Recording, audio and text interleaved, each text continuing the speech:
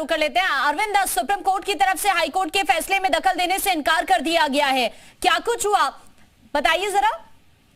देखिए, आज इस मामले में मस्जिद कमेटी की ओर से वकील हुजैफा अहमदी पेश हुए और उनका ये कहना था कि इलाहाबाद हाईकोर्ट ने इस केस से जुड़े तमाम मुकदमों को जो अपने पास ट्रांसफर किया है, उस आदेश को पहले से ही मस्जिद कमेटी ने सुप्रीम कोर्ट में चुनौती दे रखी है और सुप्रीम कोर्ट ने भी उस मसले पर विस्तार से सुनवाई की जरूरत बताते हुए सभी पार्टियों को लिखित दलील जमा करने के लिए कहा था। लेकिन इसी बीच हाईकोर्ट ने ये आदेश पास कर दिया है जिसका आगे चल करके बहुत उल्टा असर होगा इस पूरे केस पर। लेकिन सुप्रीम कोर्ट ने इस स्टेज पर दखल देने से इनकार कर दिया। सुप्रीम कोर्ट ने ये कहा कि आपके की तरफ से जो याचिका दायर की गई, जो मूल इश्यू है उस पर हम 9 जनवरी को सुनवाई कर रहे हैं और इसी बीच जो जिस आदेश का आप जिक्र कर रहे हैं उससे जुड़ा हुआ फाइल हमारे सामने नहीं है और हम 9 जनवरी को इस पर विचार कर कोई फैसला देंगे। लेकिन मस्जिद कमेटी की तरफ से कहा गया कि 18 तारीख को हाईकोर्ट सर्वे कैसे होगा उसकी रूपरेखा तय करने वाला है। 18 तारीख को हाईकोर्ट की डिसाइड करने वाला है कि आखिर सर्वे के लिए जो टीम होगी उसमें कौन कौन लोग शामिल होंगे और ऐसे में आज के बाद शीतकालीन अवकाश सुप्रीम कोर्ट का शुरू होने वाला है। लिहाजा सुप्रीम कोर्ट को इस मांग पर, जिसमें वो कल के आदेश पर रोक की मांग कर रहे हैं, उस पर सुनवाई की जरूरत है और सुप्रीम कोर्ट के दखल। यानी अरविंद, हम ये कह सकते हैं कि 18 तारीख को जैसा हाईकोर्ट का आदेश है कि तमाम चीजें क्लियर होंगी सर्वे को लेकर, कौन कौन शामिल होगा, कितना टाइम रहने वाला है सर्वे का, कितने दिन में पूरा तैयार करना होगा रिपोर्ट सर्वे की, या फिर इसके अलावा कब से शुरू होगा, ये सारी चीजें 18 को क्लियर हो जाएंगी। अब सर्वे यानी होगा। देखिए, इसमें एक पेच है, वो ये कि जब मस्जिद कमेटी के वकील की तरफ से कहा गया कि 18 को तो सब कुछ तय होने वाला है, फिर और फिर आज के बाद शीतकालीन अवकाश शुरू होने वाला है सुप्रीम कोर्ट में, तो हमारे पास फिर ज्यादा विकल्प कानूनी राहत के बच्चे नहीं है। तो सुप्रीम कोर्ट ने हिदायत दी है मस्जिद कमेटी के वकील को कि आप उनको बताइए कि मसला सुप्रीम कोर्ट के सामने पेंडिंग है और सुप्रीम कोर्ट 9 जनवरी को सुनवाई करने वाला है। हालांकि मस्जिद कमेटी के वकील की तरफ से कहा गया कि हमने ये बात हाईकोर्ट में रखी थी लेकिन हाईकोर्ट ने हमारी बात को सुनी नहीं। तो सुप्रीम कोर्ट ने कहा कि आप हाईकोर्ट में ये बात कह सकते हैं कि सुप्रीम कोर्ट में मामला पेंडिंग, 9 जनवरी को सुप्रीम कोर्ट सुनवाई करने वाला है और इसके बावजूद भी अगर कोई विपरीत आदेश पास होता है तो आप फिर से कोर्ट का रुख कर सकते हैं। यानी एक बार फिर से मुस्लिम पक्ष हाईकोर्ट का रुख कर सकता है सुप्रीम कोर्ट को लेकर। जो बातें हैं, जैसा आपने अभी जिक्र किया कि सुप्रीम कोर्ट में केस अभी पेंडिंग है, तो इस बात का जिक्र अभी हाईकोर्ट में कर सकता है मुस्लिम पक्ष।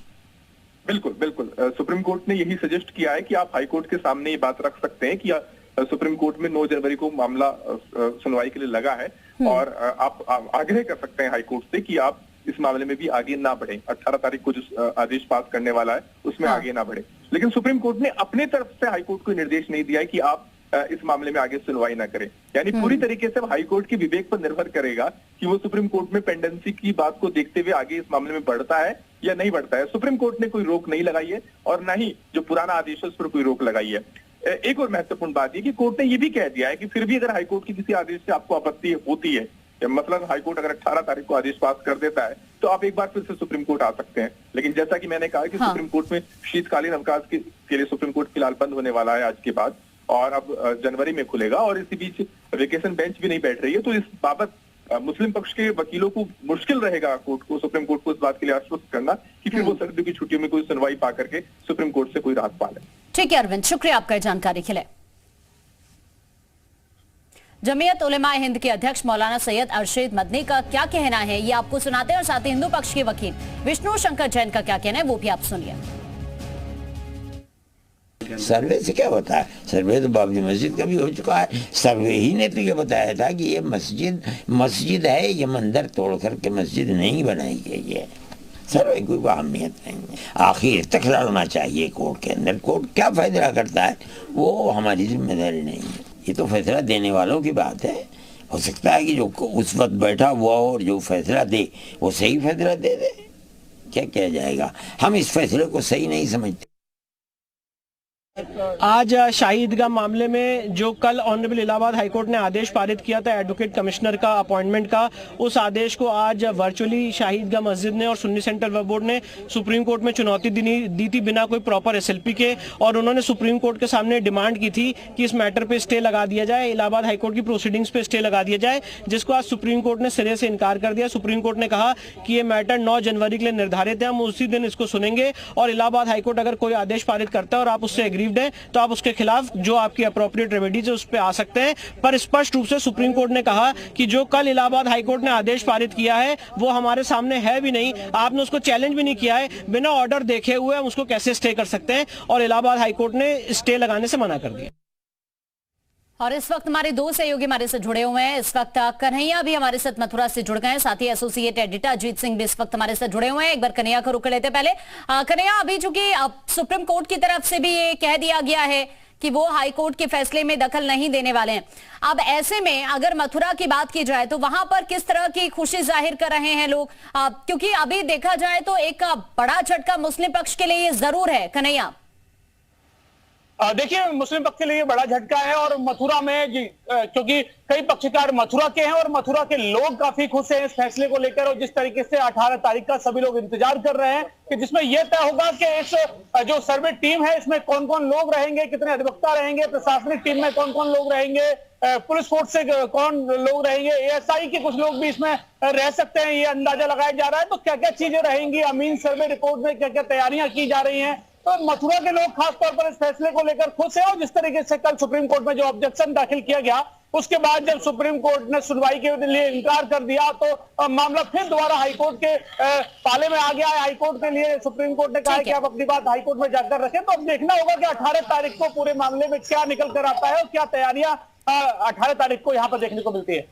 अजीत, हम बार बार 18 तारीख का जिक्र कर रहे हैं। अभी अरविंद से जब हम बातचीत कर रहे थे तो एक चीज यहाँ पर क्लियर ये हो रही है कि हो सकता है कि ये टाइम आगे बढ़ जाए, क्योंकि सुप्रीम कोर्ट ने जैसा कहा है कि आप हाई कोर्ट में इस तरह की बात रख सकते हैं कि अभी ये जो फाइल है ये पेंडिंग है, ये केस अभी सुप्रीम कोर्ट में पेंडिंग है, तो हो सकता है कि ये 18 तारीख थोड़ा आगे बढ़ जाए। सब कुछ डिपेंड अब हाई कोर्ट पर ही करता है कि हाई कोर्ट क्या इसे मानता है, क्या जो पेंडेंसी है अभी सुप्रीम कोर्ट में इस फैसले को लेकर, सर्वे को लेकर, क्या उसे हाई कोर्ट मानता है या नहीं मानता, इस पर डिपेंड करेगा।